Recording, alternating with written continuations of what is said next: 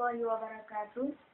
Alhamdulillahirabbil alamin wassalatu wassalamu ala asyrofil anbiya'i wal mursalin wa ala alihi washabihi ajmain. Amma ba'du.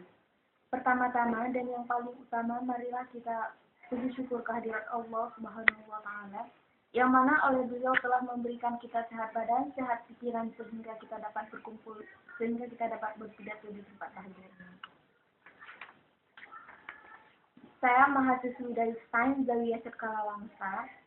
Saya jurusan Tarbiyah Prodi PBI semester 1 unit 2. Di sini saya akan mempidatokan tentang eksistensi berbahasa.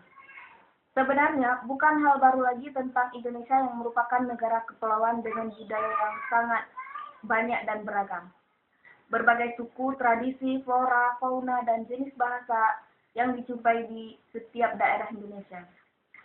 Sungguh betapa sangat kayanya negeri kita, Indonesia. Namun dengan segala keanekaragaman tersebut, bukan hal yang mudah pula untuk menjaga dan melestarikan harta Indonesia.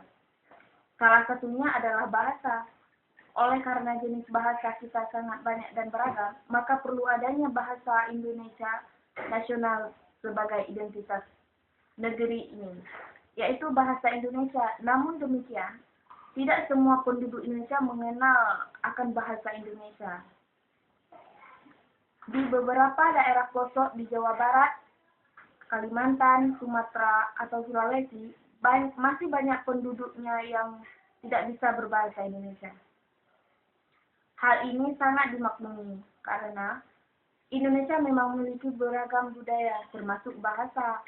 Sebagian masyarakatnya tidak memilih atau menggunakan bahasa asli di daerah mereka sendiri, yang turun secara turun-menurun daripada menggunakan bahasa Indonesia, terutama masyarakat yang sudah berusia lanjut.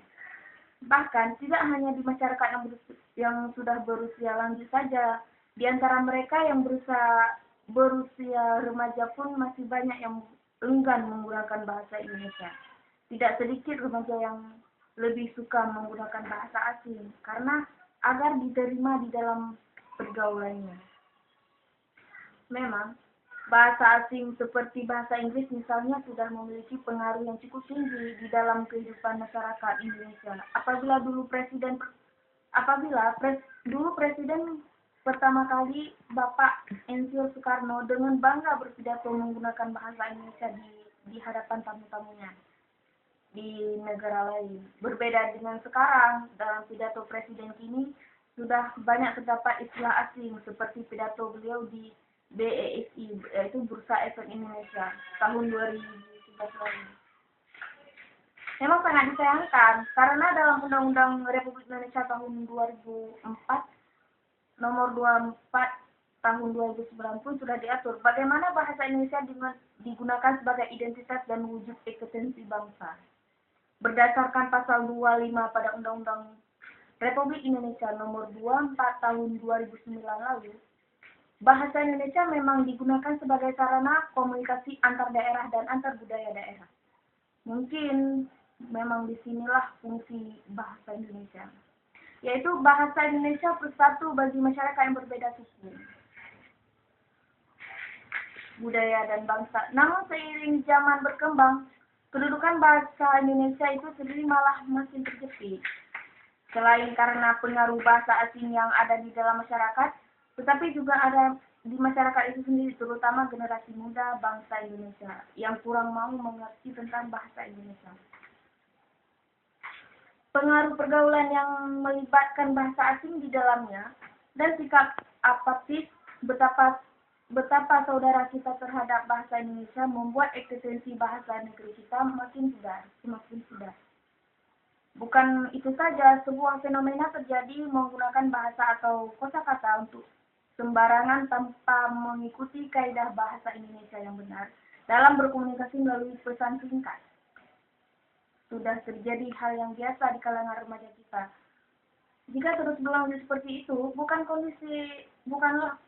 kondisi bahasa persatu kita, bahasa Indonesia, sedangkan dalam kondisi diinginkan? Memang karena kita dapat sadar betapa pentingnya apa yang kita miliki sebelum kita kehilangannya. Namun, jika kita mau belajar untuk bisa peka terhadap apa yang ada di sekitar kita, dan mau menjaganya, tentu saja harta negeri ini salah satunya yaitu bank, yaitu bahasa negara kita yang miliki pun akan terpelihara dan terjaga dengan baik dan bagus. Hanya ini yang saya dapat sampaikan, lebih kurang saya mohon maaf.